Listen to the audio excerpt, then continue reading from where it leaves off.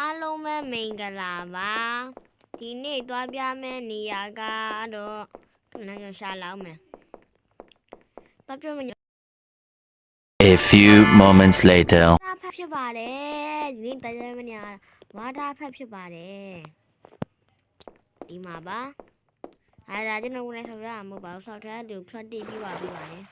ဟာကြီးရနဲ့ကြီးပဲဒီမှာပေါ့ဒီလိုလေးပါဒါကြီးကဘလို့ကြီးတော့လို့ကျွန်တော်ခေါင်းလေးပဲဖော်တော့တယ်အာပြုတ်ကြနေရမီအော်နင်းနေပြန်ပြီငါတိတ်ညစ်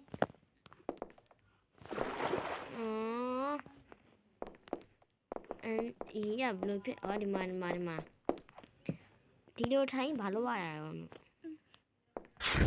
ဘောနော်ဟောလို့လေးပါမလျှောလဲရှိရပါနော်ကျွန်တော်လည်းဆောက်တာမဟုတ်ပါဘူးသူများဆောက်ထားတာပါID ပြရပါနော် ID ကဒီမှာပါ9616193193599333နဲ့ကဲဘိုင်ဘိုင်ဒါကြီးလာပြရပါနော်